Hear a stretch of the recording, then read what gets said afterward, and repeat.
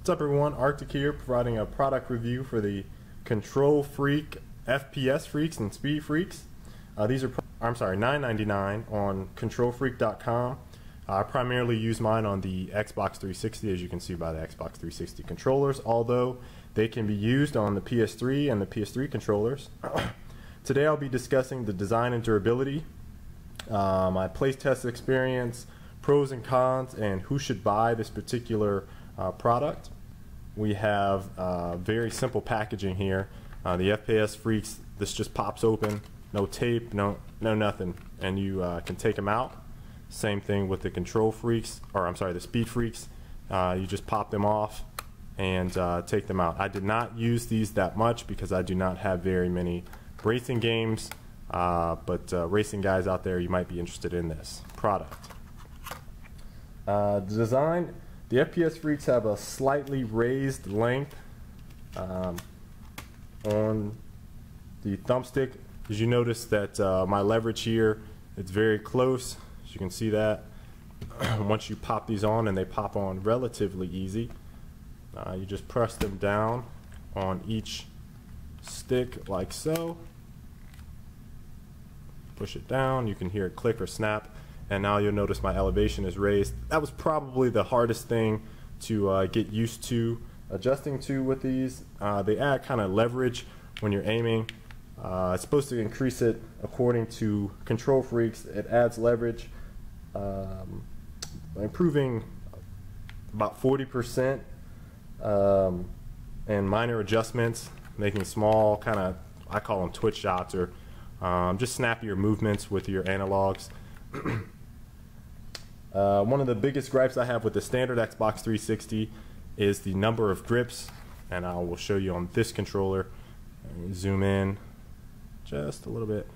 I'm not sure if you guys can see that, but on the standard Xbox 360 controller, there's just 4 little pegs that are used for your grip.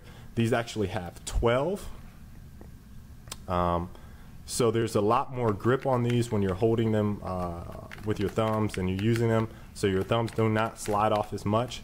If you have a worn controller and you have no pegs, then you know what I'm talking about. So the grip is there, and it works quite well when you're moving around and whatnot. For reference, to let you guys know, Skyless actually used these in the 2009 MLG season for 2 events, and he loved them.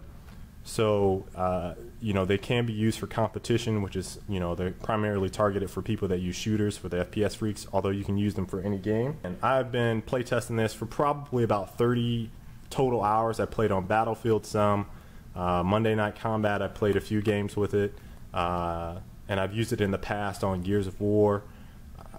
In general, there's not too much that can possibly go wrong with this. It's very simple.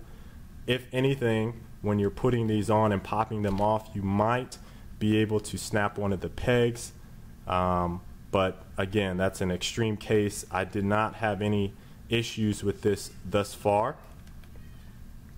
and that's again only pushing and taking it on and off. Other than that, again, there's nothing that can go wrong.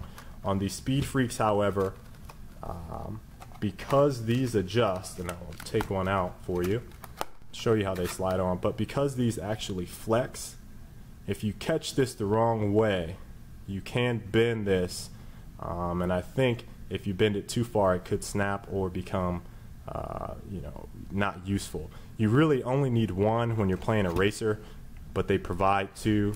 Pops on the same way. You just put it off on,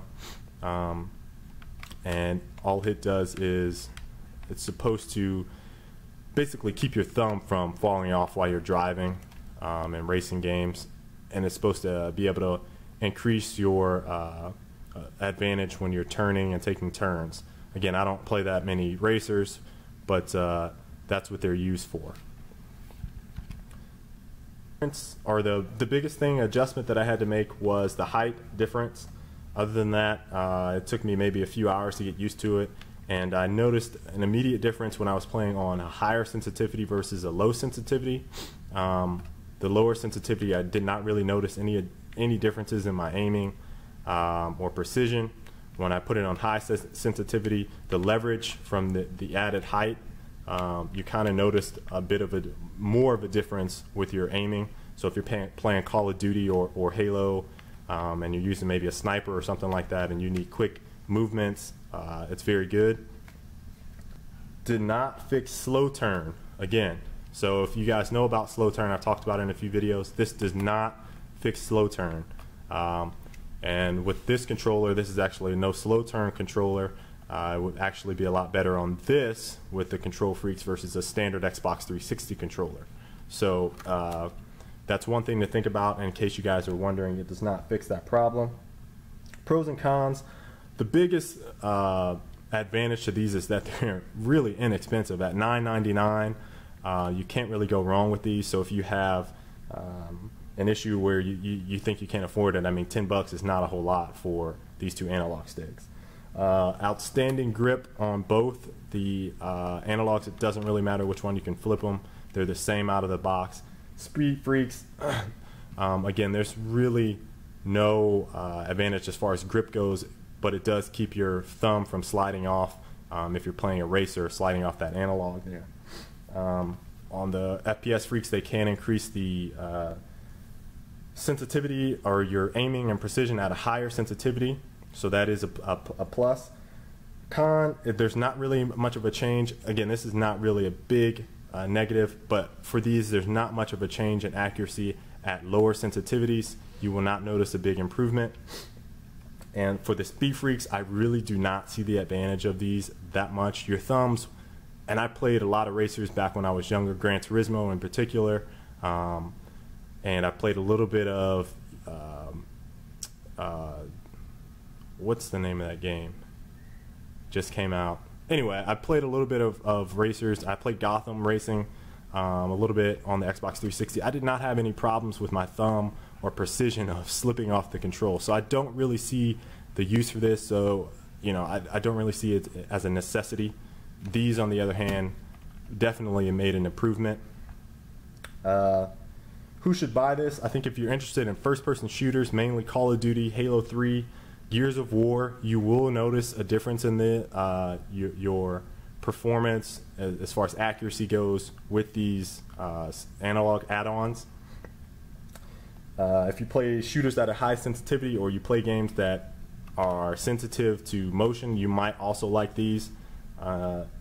Anyone with worn analog sticks, so if you are playing and you have no grip, they look like two nubs, you will want to buy these. Instead of buying a new controller, you can just buy these add-ons for $10 and you're good to go, versus spending $60 on a new wireless, or, you know, $40 on a wired controller. You could just buy the add-ons. And I don't really see the purpose of purchasing the Speed Freeks. They seem like a cool concept, but unless you are hardcore into racers, you might be interested in purchasing this, but I really don't not see why you would want to buy this other than maybe testing it out.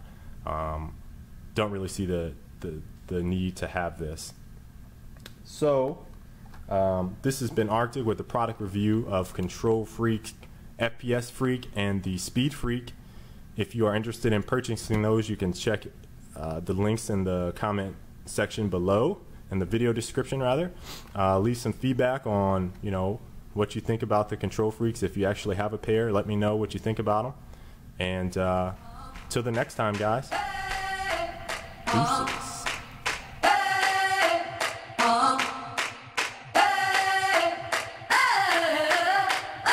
I'm living in that 21st century, doing something mean to